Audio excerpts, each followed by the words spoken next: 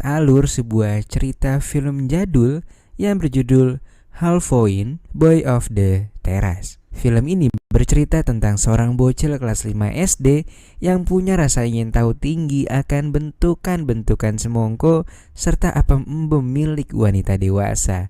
Sampai suatu ketika orang tuanya mempekerjakan gadis cantik untuk bantu-bantu di rumah cuy.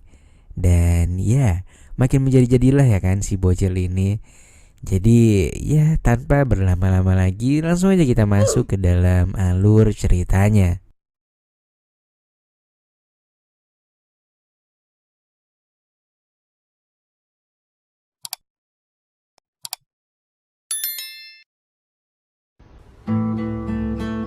Film akan berfokus pada seorang bocah bernama Nora yang masih 12 tahunan cuy. Di usianya yang labil itu, Nora pun mengenal dua orang teman yang usianya lebih tua darinya, yaitu Munir dan juga Monsef.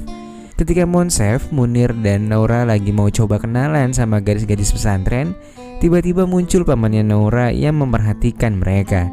Mereka pun langsung kabur ketika digas sama pamannya itu karena ya nggak sopan juga ya kan. Dan lagi pula mayoritas masyarakat di sana itu beragama Muslim cuy. Meskipun Nora masih cukup bocil, Nora ternyata punya sampingan penghasilan yaitu menjadi pengantar minuman. Pekerjaan itu ia ambil karena peredaran alkohol di sana sangat dilarang, sehingga mereka harus berpikir ulang bagaimana cara pengirimannya yang gak bikin orang curiga. Nora pun tiba di rumah pelanggannya yang bernama Paman Salih. Mereka lalu mengobrol sebentar, lalu gak lama kemudian datang seorang wanita yang kayaknya adalah wanita callingan cuy. Salih dan wanita itu pun akhirnya masuk ke rumah dan Nora mendengar suara gurih yang sangat merdu saat itu. Ketika tiba di rumah, Nora pun diomelin abis-abisan sama bapaknya dan pamannya akibat genit-genit sama gadis pesantren tadi. Beruntungnya ibunya Nora pun berhasil meredam emosi sang suami dan juga adiknya itu. Keesokan harinya, Nora pun kembali bekerja dengan membantu seorang tukang cukur yang bernama Pak Abdul Wahab. Di tengah-tengah pekerjaannya, datang gerombolan pengunjuk rasa yang lagi OTW ke gedung DPR untuk membahas masalah politik dan menuntut keadilan. Lalu beberapa saat selesai bekerja, Nora pun pulang kembali ke rumahnya. Dia bercerita pada ibunya bahwa tadi ia melihat gerombolan pengunjuk rasa. Sang ibu pun enggan membahasnya dan ia malah meminta agar Nora nggak perlu lagi sibuk-sibuk kerja karena keluarga mereka pun masih berkecukupan. Lalu di sore harinya, Nora dan Munir pun nongkrong di rumah Salih sambil minum-minum lucu. Lalu gak lama kemudian mereka didatangi gerombolan warga kampung sebelah akibat Monsef ketahuan genit-genit sama gadis pesantren lagi. Beruntungnya gak terjadi keributan tambahan karena mereka semua pada salfok sama seorang wanita yang sangat cantik mungkin ya di mata mereka. Dan wanita cantik itu ternyata merupakan sepupu dari ibunya Nora yang bernama Latifah. Kedatangan Latifah di kampung itu pun bukan tanpa alasan. Dia ingin berdagang di sana dan menumpang di rumah sepupunya itu. Namun alasan utamanya adalah karena dia baru aja diusir dari kontrakannya karena ketahuan ngeladenin suami pemilik kontrakan cuy. Status dari Latifah sendiri adalah seorang janda yang ditinggal oleh suaminya yang meninggal dunia. Ingin izin untuk tinggal, Latifah ternyata ditolak oleh bapaknya Nora karena dianggap hanya akan menjadi beban tambahan. Lantas ketika Jamila atau istrinya ini mengatakan kalau Latifah handal menenun kain, Aziz pun akhirnya berubah pikiran dan ia berencana untuk mempekerjakan Latifah karena ya dia pun punya usaha di pasar.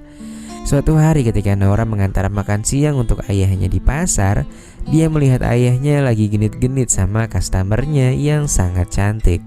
Tapi ya karena dianggap masih bocil, sang ayah pun gak memperdulikannya.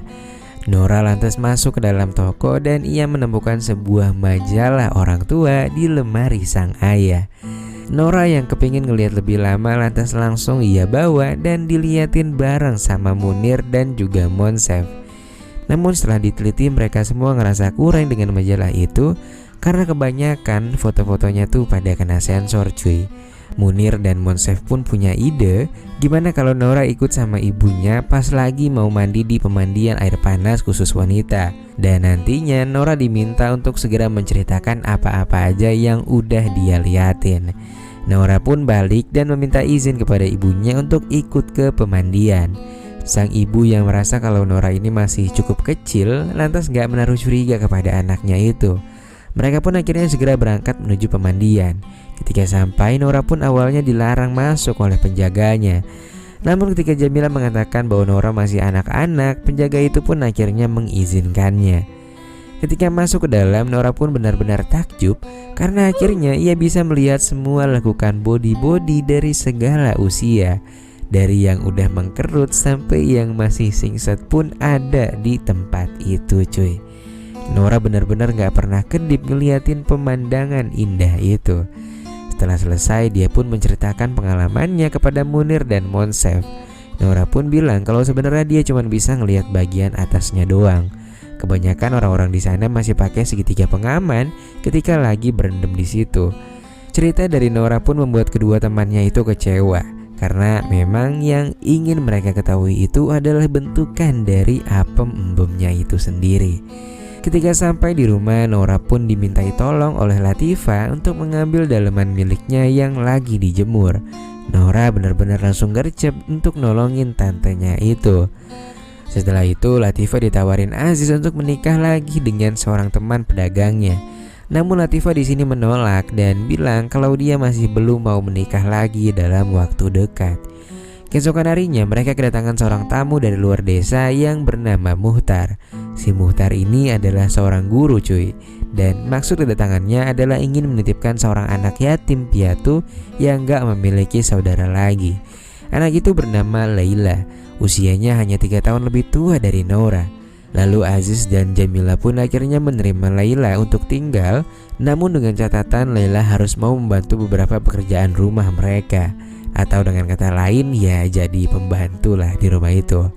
Dan akhirnya Laila pun mulai bekerja di rumah milik Nora. Sore harinya Nora mergokin ayahnya yang tiba-tiba meluk Latifah yang lagi nyiram tanaman cuy. Aziz pun pura-pura bilang kalau dia salah sangka. Dia mengira bahwa Latifah adalah Jamila dari belakang. Padahal sebenarnya ya Aziz ini emang kegatelan sama Latifah. Beberapa hari kemudian di rumah Nora diadakan pesta kecil-kecilan yang ditujukan pada adiknya Nora yang baru aja kelar sunatan. Nora pun terlihat sibuk menjamu para tamu dari ibunya itu cuy. Lantas ketika sore harinya Nora masuk ke kamar Latifah untuk mengantar surat dari Sali.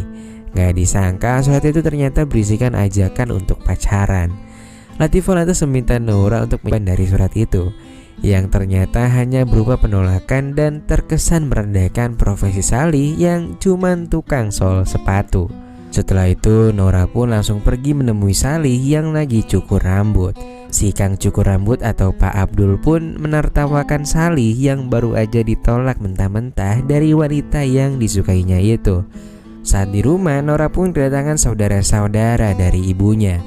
Kedatangan mereka pun menambah kehangatan dan memeriahkan acara sunatan adiknya Nora. Setelah itu mereka pun berniat ingin mandi air panas di pemandian khusus. Lagi Nora pun pingin ikut ke pemandian juga karena ingin melihat Serabi Lepit dan memberitahunya kepada Munir dan juga Monsef. Dengan izin dari Jamila, Nora pun kembali diizinkan masuk dan kali ini Nora benar-benar keliling untuk mencari pemandangan yang dia inginkan. Namun ketika Nora hampir mewujudkan cita-citanya, seorang wanita memergokinya dan melaporkannya kepada Jamila dan diusir dari pemandian itu. Begitu malam tiba, Nora pun naik ke atap sekedar untuk menenangkan dirinya yang baru aja diomelin sama ibunya. Namun gak disangka dia malah menemukan Latifah yang lagi berduaan sama Salih di kamarnya.